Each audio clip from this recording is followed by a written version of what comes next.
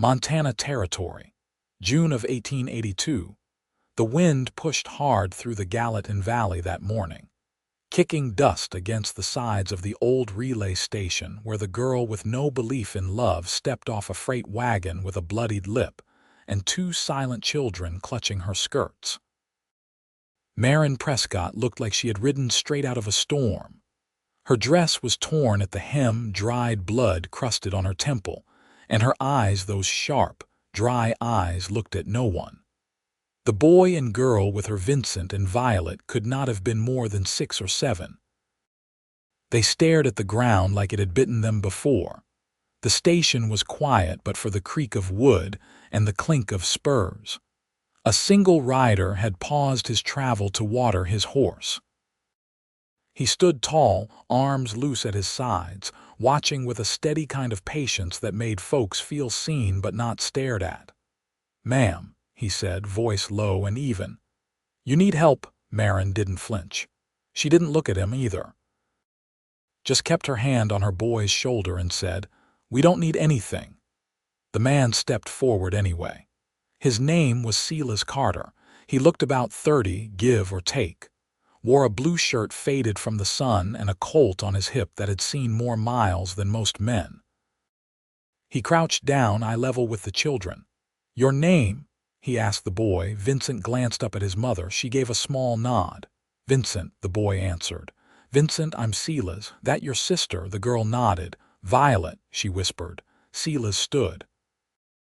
His eyes met Maren's, and this time she looked back. There was no softness in her stare, just something tired and worn thin. "You're running," he said, not asking. "Does not matter," she replied. Silas looked down the road. "No one chases this far west unless they got a reason." She crossed her arms, chin high. "I do not believe in love if that is what you're after." Silas blinked once. "Then believe in me first." She laughed once, short and bitter. "You do not know me." "No. But I know what a woman looks like when she's protecting more than just herself." He nodded toward the children. "I have seen that look before." Maren's mouth pressed into a line. "We are going to Helena." "That's 2 days' ride." "You got no horse, no food, and no boots on that boy." "I said," she started. "I know what you said." Silas's voice softened. "I am not asking what you lost, but I can offer something steadier than dust and cold nights." She paused, staring at him. Her hands trembled once, only once, before she pulled them into fists. Vincent coughed. Violet leaned into her. Silas stepped aside, motioning to his horse and the wagon tied behind it. "I can get you there. You ride in the back, I will walk beside." Maren hesitated. Her eyes darted over the empty road behind them. Silas did not move, just waited. Finally, she nodded. "Only to Helena." He nodded back. "Only to Helena." They rode through golden hills and quiet pine trails. Silas kept his distance, careful with his words. He handed them jerky and water without asking names, never reaching for her or the children. At night, he'd lay his bedroll a dozen feet from where she curled around the kids. He never pressed. On the second night, Maren sat by the fire, her knees drawn up, watching the flames eat the wood slow. "You're not from here," Silas said, poking the fire with a stick. "No." "Where then?" "Kansas," he nodded. "Long way west." She looked at him. "We had to go." Silas waited. "I was married," she said after a while. "He died 3 years ago. The man after him was not kind." Silas didn't reply. He was not their father. He said he would raise them, but he lied. Her voice cracked once, then steadied. "I had to get them out." Silas nodded again. "You did." She stared at the fire, then at him. "Why are you helping us?" He shrugged. "Because you needed it. That's simple." "Some things are." She studied him.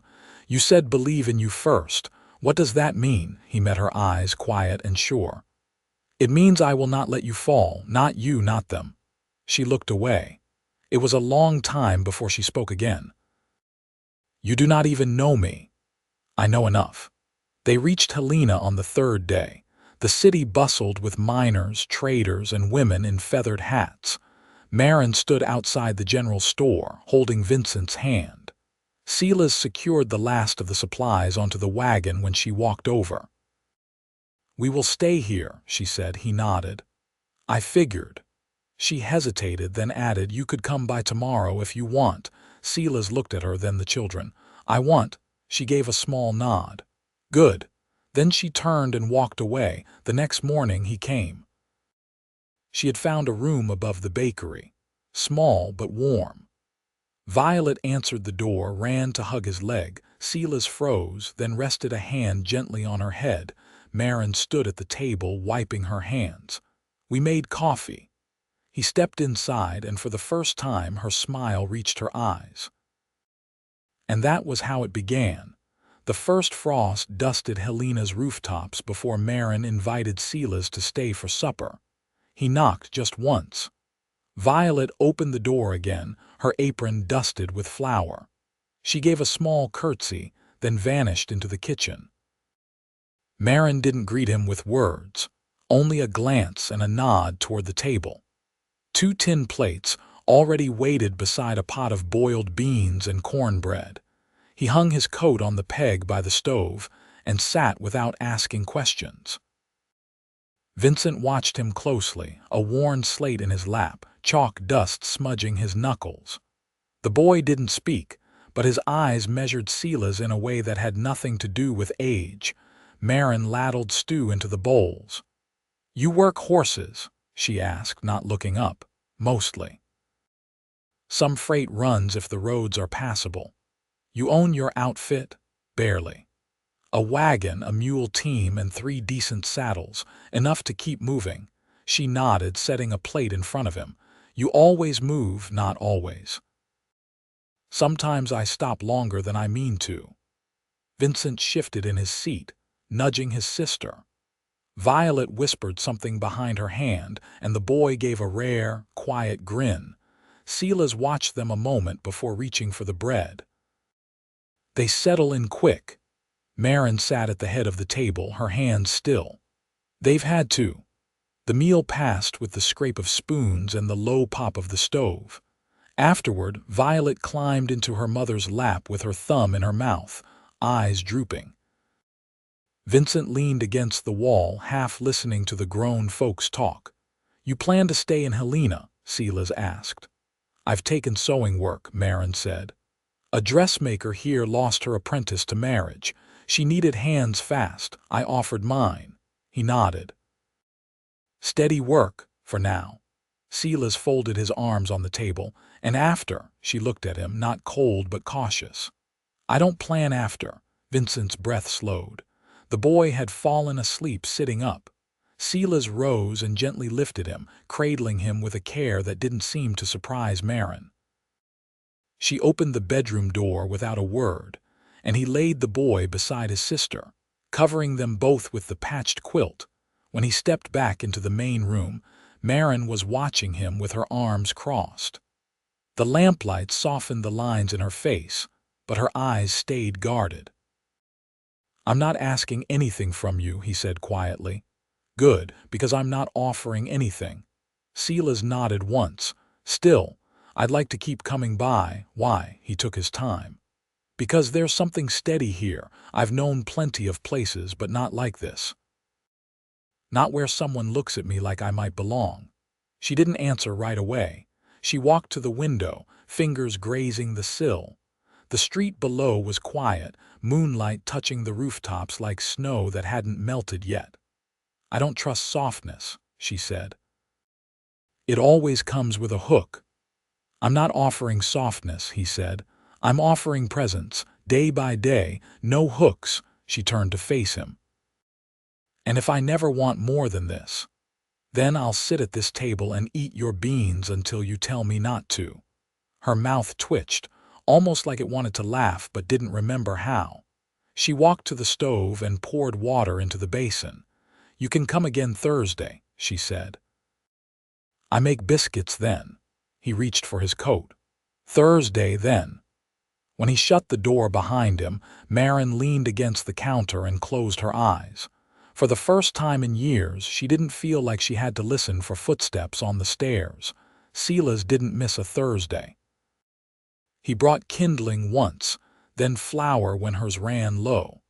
He mended the banister after Violet tripped on it. He never asked for more than what she gave.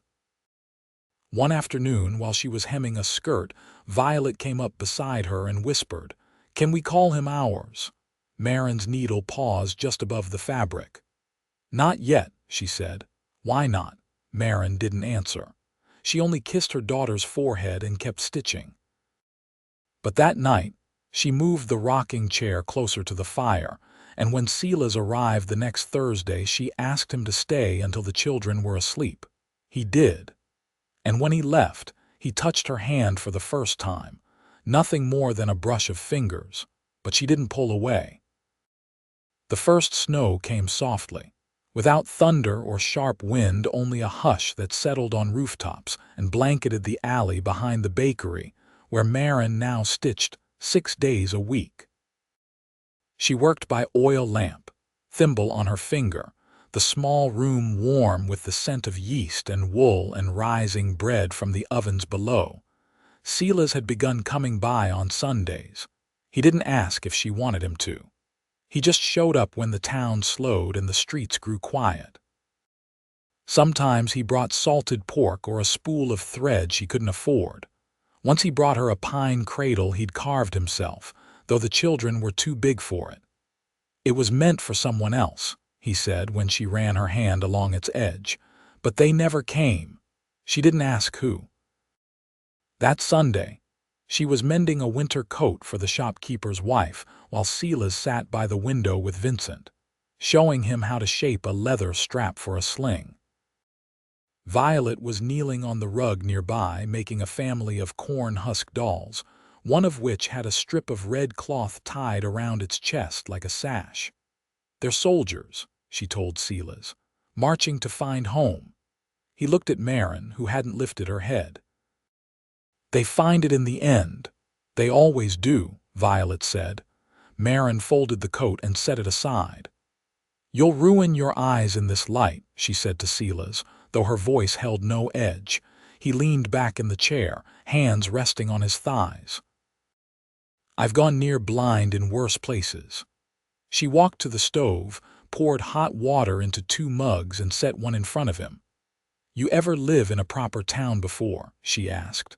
"Not for long. I built a cabin once outside Laramie, thought I'd stay. But a flood took the land before the roof held." "You sound like someone who stays ready to leave." He met her eyes. "I carry what's mine on my back, except now I find myself leaving more of it here." She didn't answer right away. The room had grown darker and the oil lamp flickered with the draft under the door. "I had a sister," she said finally. 4 years younger. She married for love, laughed her way into it. He was a preacher's son with a crooked tooth and no land to his name. She followed him west.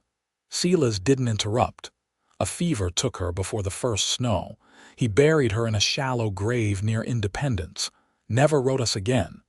She turned away, busying her hands though nothing needed doing. "I suppose I stopped believing in love the day I read her name in a stranger's letter." Silas reached for his hat and held it in his lap. "That's not love's fault."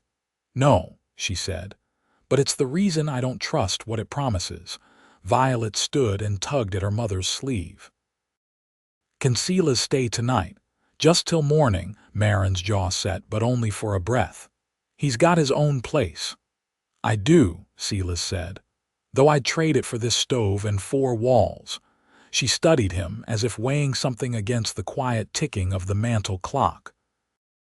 Then she nodded toward the small cot near the far wall, the one she'd cleared for mending but never used. "You can take that. Just for tonight." He didn't smile, just touched the brim of his hat and set it gently on the table.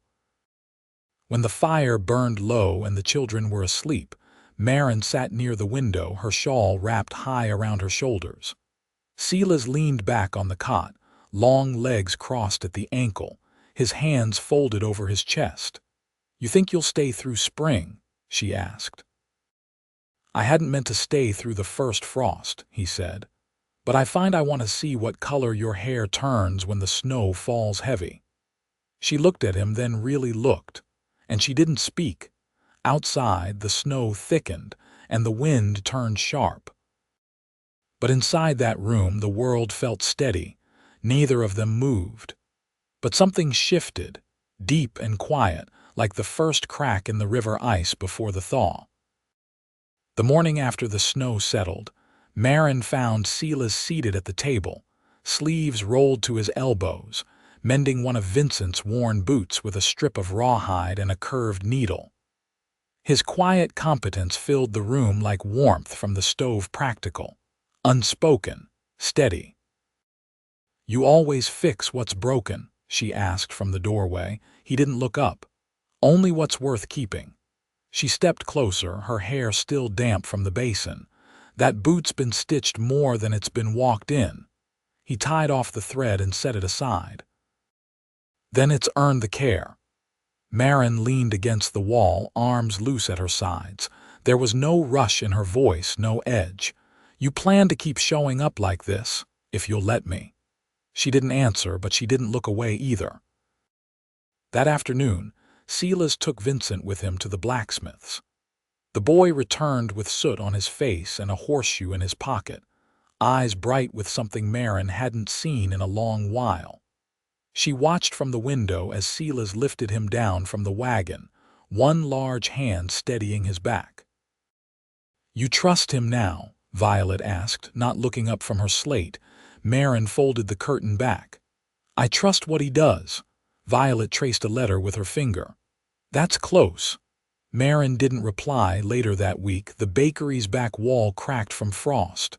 The owner, Mr. Dilly, barked about repairs and threatened to close the upstairs rooms. Maren came home with her jaw set and her sewing basket clutched tight. Silas arrived after sundown, his hands raw from hauling freight south of town. "You know a man who does stonework?" Maren asked, not offering tea. "I do." "He owe you?" "No," she paused. "Then I'll pay him in stitches." Silas nodded. "I'll bring him tomorrow." Maren reached for her shawl, then stopped. "You always this useful," he shrugged. "I've found it keeps me welcome." She stepped closer. "You think I keep you for what you do?" "No," he said. "But I think it's how you let yourself need me." She held his gaze. "Need's a dangerous thing." He didn't flinch. "So's going without." That night, when the children were asleep and the wind pressed against the windows with a low moan, she brought out the quilt that had belonged to her mother. The corners were worn, the stitching uneven. She laid it over Silas where he slept on the cot, then stood watching him longer than she meant to. "You don't have to keep earning your place," she said. He stirred, eyes half open. "Then I'll just keep being here." She left the lamp burning low and returned to bed. By the end of December, the stoneworker had patched the bakery wall, paid in mended seams and new linings for his wife's winter coat. Maren's hands ached by nightfall, but her needle moved with purpose now, not just for coin, but for something solid underfoot. Silas came by on Thursdays still, but also Sundays, and once on a Tuesday when Vincent took a fever. He sat beside the boy's cot, wiping his brow while Maren boiled sage leaves and prayed under her breath, though she'd never admitted to believing in anything past her own two hands. When the fever broke, Silas didn't leave right away. He stayed long enough to pour water and wash the basin, long enough to carry Violet on his shoulders through the alley where the snow had melted to slush. One evening in early January, Maren stood beside the table, folding linens, while Silas carved a small bird from pine for Violet's birthday. "I used to think I'd end up alone," she said. He paused, knife still in his hand. "Not because I wanted to," she went on, "but because I thought it was safer. If no one saw me too close, then there'd be nothing to lose." He set the carving down gently. "You still think that?" She shook her head. "Now I think I was wrong." He stood, slow and quiet. "Then what do you think now?" that I don't know what to do with someone who stays. He stepped closer, not touching her, not asking. You don't have to know, he said. Just don't push me out. She looked up at him, and this time she didn't hide the way her eyes softened. Then stay. I will. Outside, the wind stilled. Inside, the fire burned low, and between them, something rooted deeper than snow or silence. Neither of them said the word for it. Neither of them needed to. February rolled in with a bitter wind that chapped the skin and turned every breath to frost. Maren had taken to rubbing goose grease on Vincent's cheeks before he left for lessons at the schoolhouse, and Violet had begun sleeping in a wool cap that slid sideways by morning. The warmth in their small home never stretched as far as the corners, but it held firm at the center where Silas now spent most nights, and not just on the cot. He had moved his satchel beneath the hooks by the stove. Not in a loud or declarative way, just placed it there one evening after supper, as naturally as setting a kettle on the fire. Maren hadn't said a word, but she'd cleared space in the bottom drawer 2 days later, and when Violet found his comb beside the basin, she only grinned and said, "It looks better here." Silas still worked long hours with the freight team, but he was home by dusk more often than not. On Thursdays, he and Vincent repaired the fence behind the bakery, piecing together planks from discarded shipping crates. They worked without much talk, both prone to silence when occupied, but something steady passed between them, a rhythm that didn't need words. One morning, while the town square was hushed under a pale sky, Maren stood near the stove, wiping her hands on a cloth. Silas came in from the stable with snow on his shoulders and a letter in his hand. "It's from the land agent near Townsend," he said, offering it to her. "Says there's 40 acres just west of the river.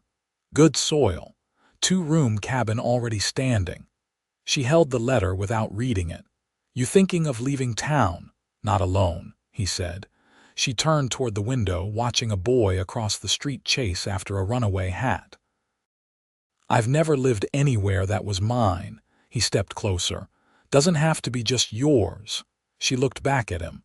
"You'd give up town work." "Hauling freight, trading goods, what you know." "I'd trade it for planting rows and fixing hinges if it meant building something with you."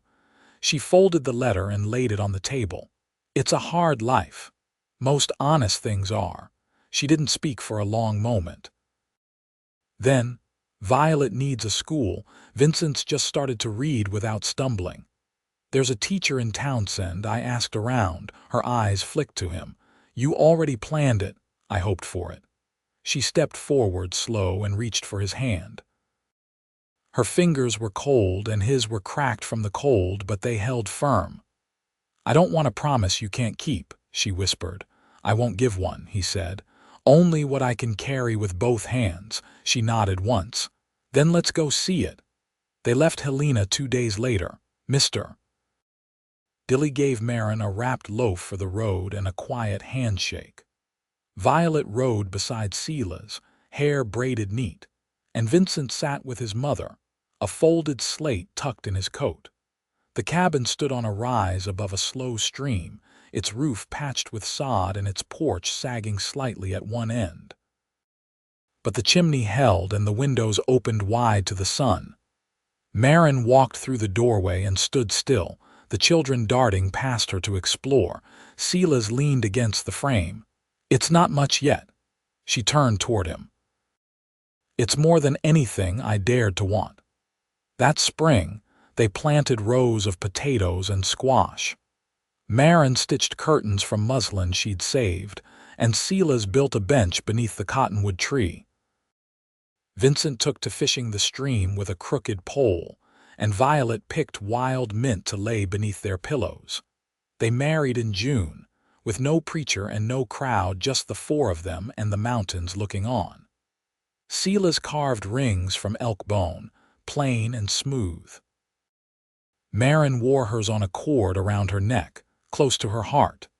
That night, after the children had fallen asleep beneath the open window, Maren sat beside Silas on the porch, her head resting on his shoulder. "You still don't believe in love?" he asked, voice barely above the crickets.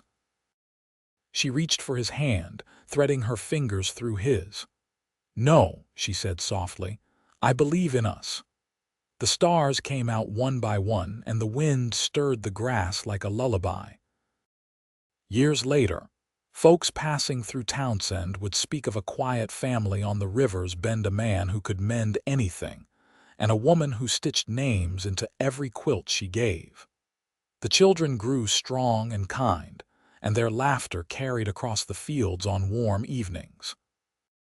Maren never took in another boarder or fled another roof. She never had to, and Silas never wandered again,